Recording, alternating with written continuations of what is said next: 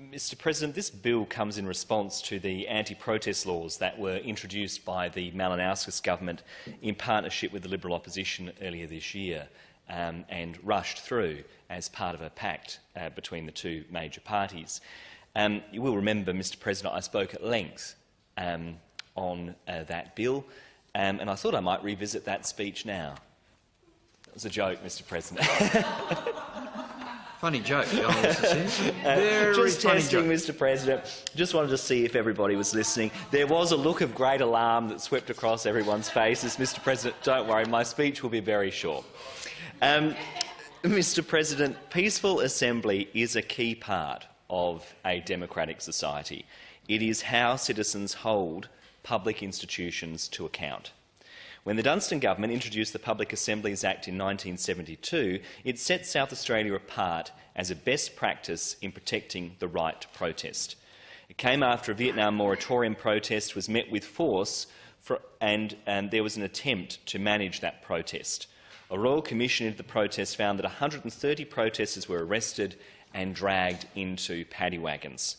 The Dunstan government moved swiftly to introduce an act to ensure that the right to protest was protected, and I commend them for doing so. While the new obstruction laws didn't technically touch the Public Assemblies Act, the influence of that change could have ripple effects, and there are potential unintended consequences that need to be addressed. The Human Rights Law Centre has recently released a declaration on our right to protest, which has already been signed by over 60 civil society organisations. These include Amnesty International, SACOS, the Australian Democracy Network, the Conservation Council and many more. The declaration states, and I quote from the document, "The right to peaceful protest is a fundamental human right that allows us to express our views, shape our societies and press for social and legal change. Participating in peaceful protest is a way for us to have our voices heard and to be active in public debate, no matter our bank balance or our political connections." The declaration contains 10 fundamental principles for protecting protest in our democracy. 1. We must protect the right to protest. 2. Governments must accept that public protest involves some level of disruption. 3. Laws affecting the right to protest must be clear. 4. Limitations on the right to protest must be properly justified. 5. Protesters must have their human rights protected. 6. Participating in a protest is not an invitation to surveillance. 7. Independent monitoring of protests must be facilitated.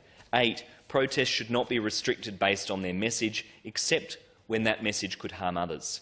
9. Police must not interfere with the right to protest unless it is absolutely necessary, Mr President. And 10. Giving prior notice to authorities about a protest must be optional. Now, the Greens believe that protecting protest is vital in a healthy democracy, and that is the genesis of this bill.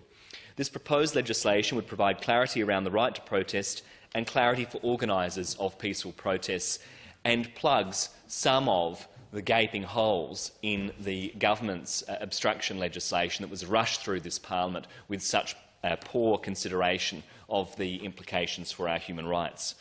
Firstly, the Greens bill would insert a positive obligation to protect assemblies. That's a provision, Mr President, that already exists in other jurisdictions, places like Finland and New Zealand. In addition to the declaration, the United Nations have also issued 10 principles for proper management of assemblies. And I quote from their document, "The state's obligation to facilitate and protect assemblies includes spontaneous assemblies, simultaneous assemblies and counter-protests. Assemblies, including spontaneous assemblies and counter-protests, should, as far as possible, be facilitated to take place within sight and sound of their target. The state's obligation to facilitate extends to taking measures to protect those exercising their right from violence to interference." The Law Society has also indicated their support for this right and have considered this bill. As part of their consideration of the bill, they state, and I quote from that, "Their inclusion of this provision, the inclusion rather of this provision, was welcomed by the committee, which considered it to be more consistent with international obligations under the International Covenant on Civil and Political Rights." End quote.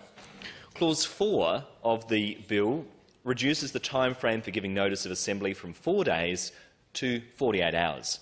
That's consistent with the standard issued by the United Nations, which states that the ideal time for notification is 48 hours, allowing for Assembly organisers to oppose issues in a timely manner. With modern methods of communication being more immediate, 48 hours is a reasonable time frame and much more workable in the modern age. Clause 5 of the bill addresses a concern that was raised by a number of organisations during the passage of the new penalties for the obstruction offences back in May. Many organisations expressed concerns that even if they went through all of the required steps to have an approved protest, they may be held responsible for actions of their participants who stepped outside of the limits of the approved assembly.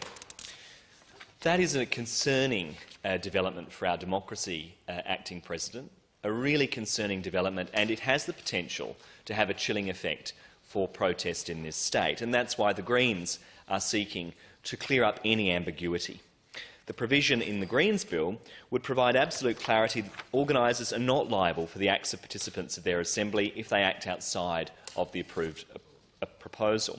This will give comfort to many organisers who are currently unclear about how the new obstruction penalties interact with the Public Assemblies Act.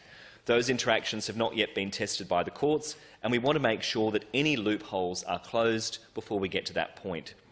This bill is in line with the international standards of protecting the right to protest. The least we can do is to provide clarity to protest organisers and protect the right to protest. This bill does just that, and it would ensure that our democracy is protected and enhanced. Now, Acting President, I know that we're at the time of year where people start to set New Year's resolutions and to think about the future.